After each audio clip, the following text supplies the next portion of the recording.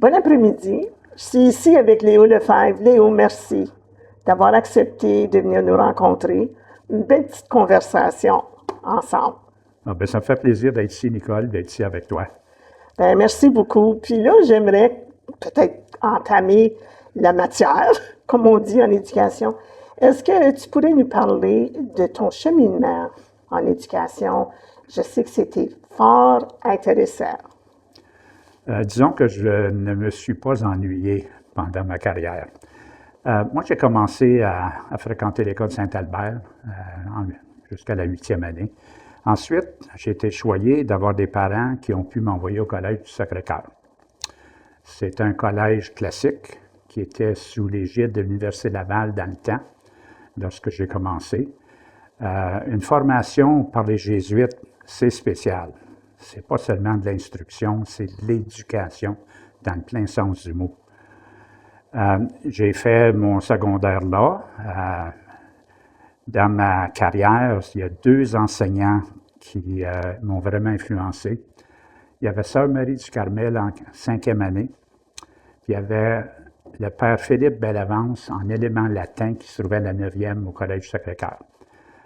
Grâce à ces 2-là, ça m'a donné le goût d'apprendre, puis le goût également de faire apprendre aux autres la matière. C'est ça qui m'a amené éventuellement à travailler en éducation. Alors, après le collège, disons, en belles lettres, qui était la 13e année à ce temps-là, l'Université Laval laissait tomber sa charte vis-à-vis de Sudbury, et c'est l'Université de Sudbury qui est entrée en jeu. Ensuite, j'ai obtenu mon BA de l'Université Laurentienne. J'avais un choix à faire. J'avais de la facilité autant dans les langues qu'en mathématiques puis les sciences. Ça fait que j'avais plusieurs portes ouvertes. Mais c'est en éducation que j'ai décidé de m'orienter.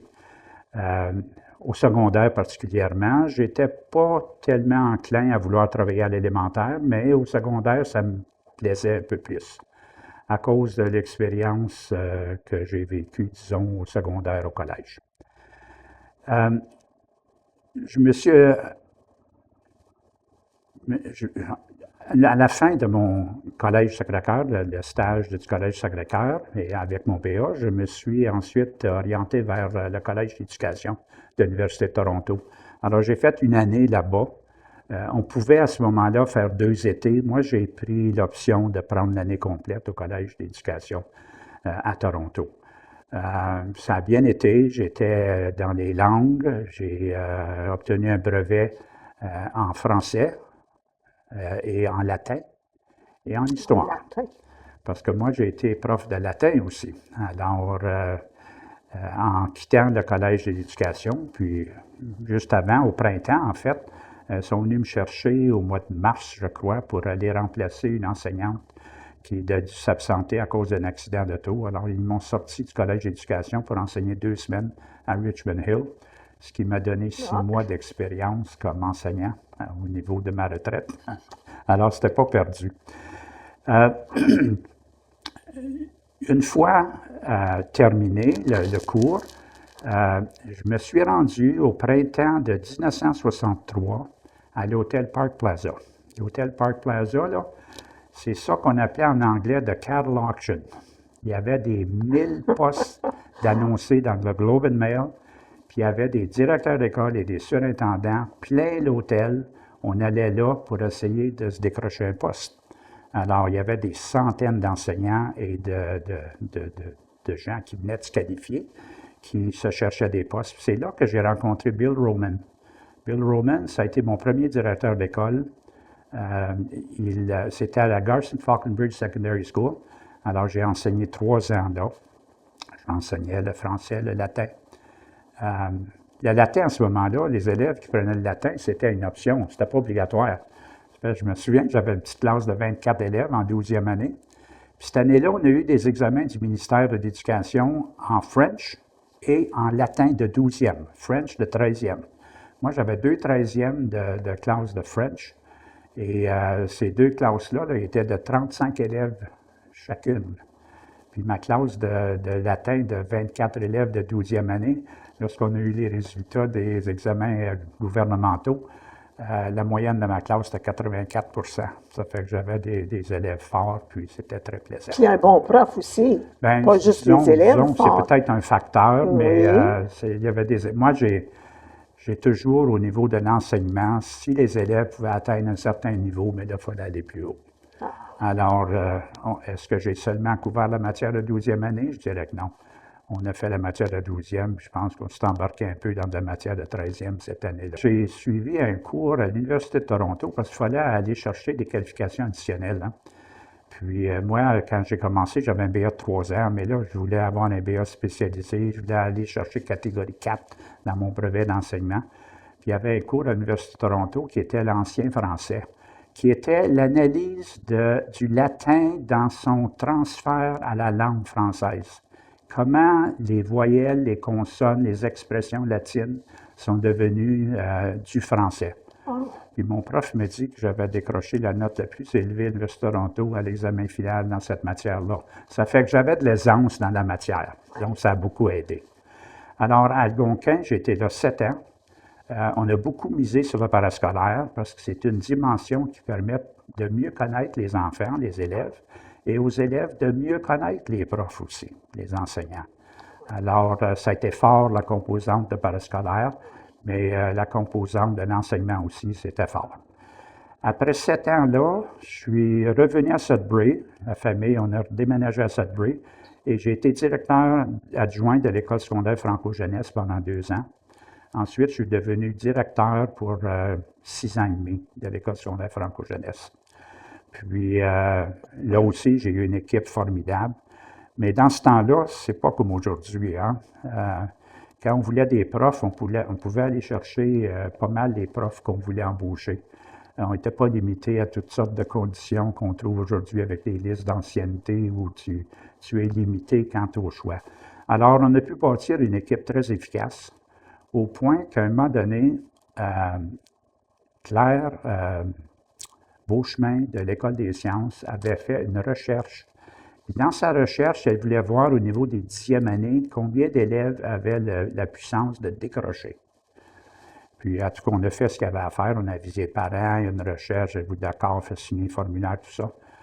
2 mois plus tard ou 3 mois plus tard, elle vient me voir, elle dit « Léo, j'ai les résultats de la recherche qu'on a faite auprès de tes 10e années ici à l'école. » Puis elle dit « J'en crois pas mes yeux. » J'ai dit « Qu'est-ce que tu veux dire? C'est si grave que ça? » Elle dit « Non. » Elle dit « De tes 200 élèves de 10e année, il y en a seulement 4 qui ont la puissance de décrocher. » Bien, j'ai dit « Comment t'expliques ça? » Bien, Claire a dit « Toi, explique-le-moi. » Bien, j'ai dit « J'ai une équipe formidable, puis on est très fort sur le parascolaire. Si le jeune veut venir jouer au hockey, s'il ne veut pas venir à l'école, mais il aime le hockey, qu'il vienne jouer au hockey, puis nous autres, on va s'occuper de lui après ça. S'il veut venir à l'école parce que sa blonde est ici, bien, qu'il vienne. Une fois qu'il est ici, on va s'occuper de lui. » Mais moi, je me mêlais beaucoup aux jeunes, hein, même au cafétéria, j'allais dîner, m'asseoir avec les élèves. Pas pour faire du chantage, mais pour mieux les connaître, puis parler avec eux, ce qu'ils aimaient, ce qu'ils n'aimaient pas, les choses qu'on pouvait faire, qu'on peut peut-être améliorer. Puis je pense que c'est allé assez loin. Ça fait que de là, il y a eu une étude en 1984 faite par le Conseil d'éducation de Sudbury Board of Education, à savoir s'il y avait des écoles de trop. Parce qu'à un moment donné, il était question de fermeture d'école. Oui. Bon, bien, quand l'étude s'est mise à prendre du poids, moi, j'avais une décision à prendre. Parce que j'étais le dernier arrivé. J'arrivais de North Bay. Mon ancienneté était au minimum. Oh, oui. Alors, j'ai fait demande au ministère de l'Éducation. J'ai décroché un poste d'agent d'éducation au ministère de l'Éducation avec Bill Boivin. Alors, j'ai travaillé là pendant 10 mois. Pendant ces 10 mois-là, j'avais la responsabilité de supervision de l'école de Wawa, du conseil de Michipicoten et de Chapelot. L'école de Wawa, il y avait à peu près une centaine d'élèves, mais c'était extraordinaire. Belle école avec Claude Paradis comme directeur. Un incident que je dois soulever, c'est qu'en hiver, il y a eu une grosse tempête un jour, puis le transport scolaire a été annulé. À notre surprise, les 40 élèves de Dubreuilville qui fréquentaient l'école de Wawa sont arrivés en motoneige Bon, ce jour-là. Alors, moi, je dis que c'est parce qu'ils aimaient l'école. Oui. Ils aimaient être à l'école, leurs amis étaient à l'école, puis il était question de bien apprendre là aussi. Si on parle de mes passions en éducation, mes principes, d'abord, je me suis lancé en éducation parce que l'éducation, d'après moi, était une façon pour moi d'aider les autres à apprendre et à grandir davantage. Moi, j'ai eu la chance de grandir puis d'apprendre. J'ai été choyé. Je voulais donner l'occasion aussi à des enfants de connaître des genres d'expériences où tu réussis, ou que tu peux obtenir un diplôme.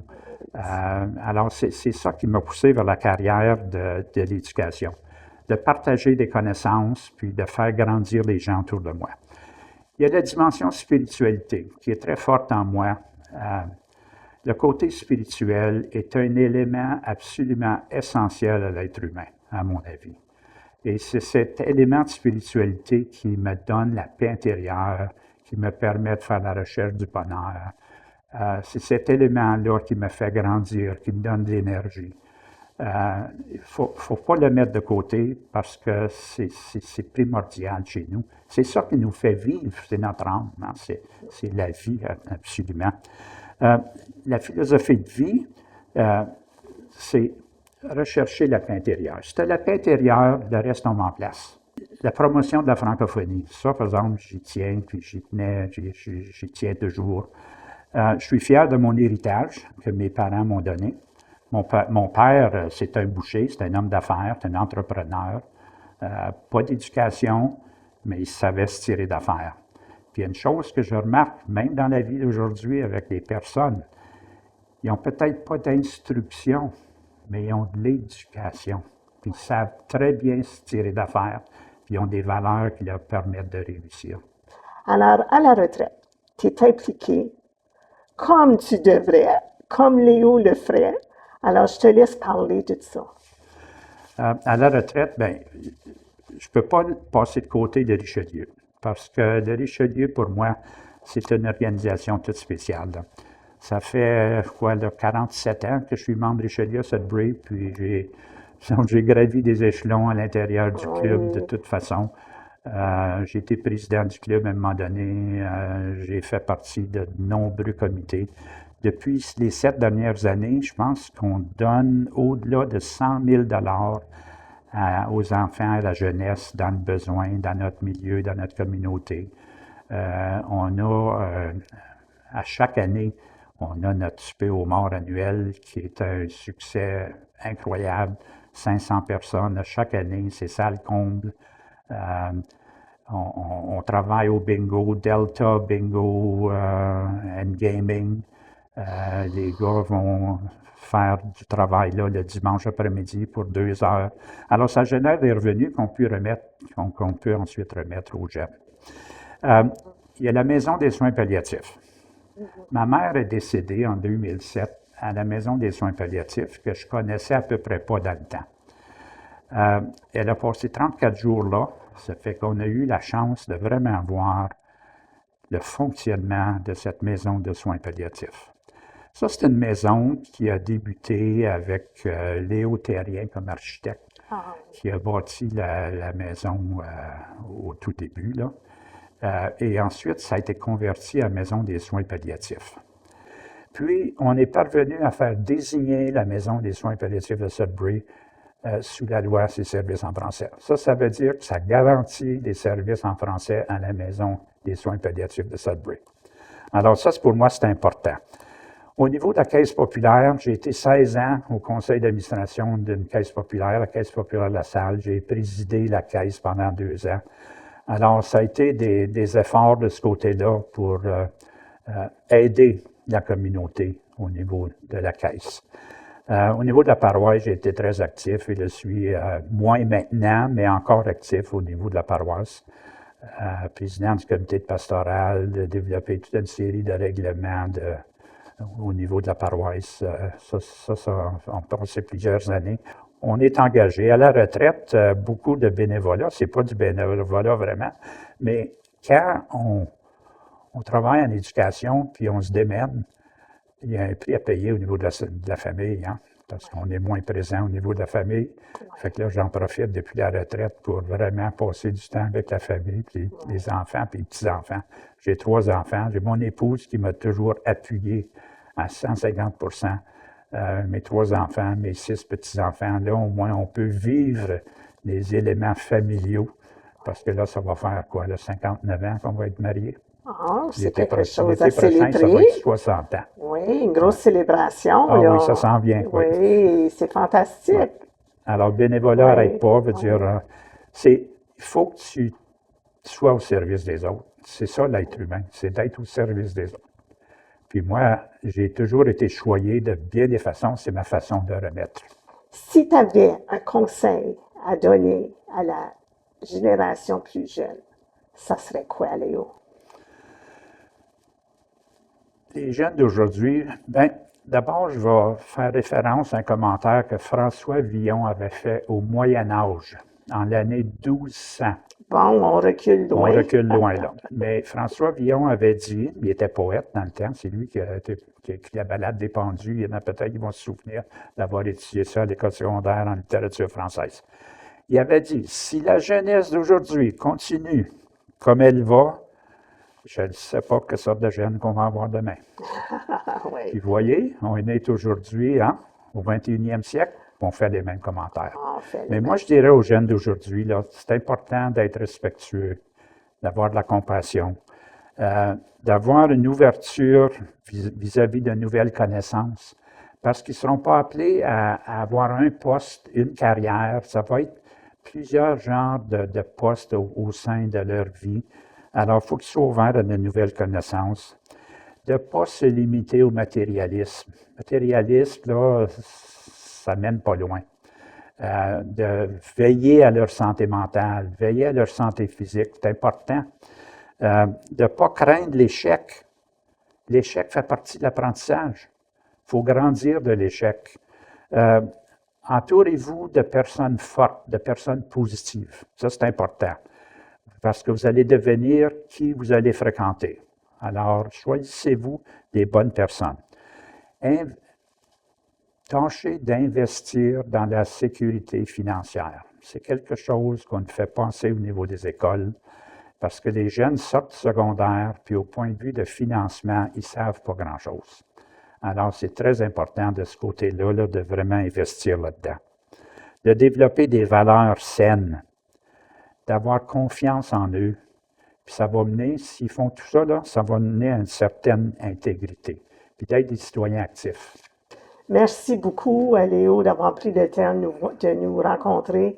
Et puis, j'apprécie tout ce que tu as fait. Merci. Merci pour tout ce que tu as fait pour les élèves. Bien, merci à toi, Nicole.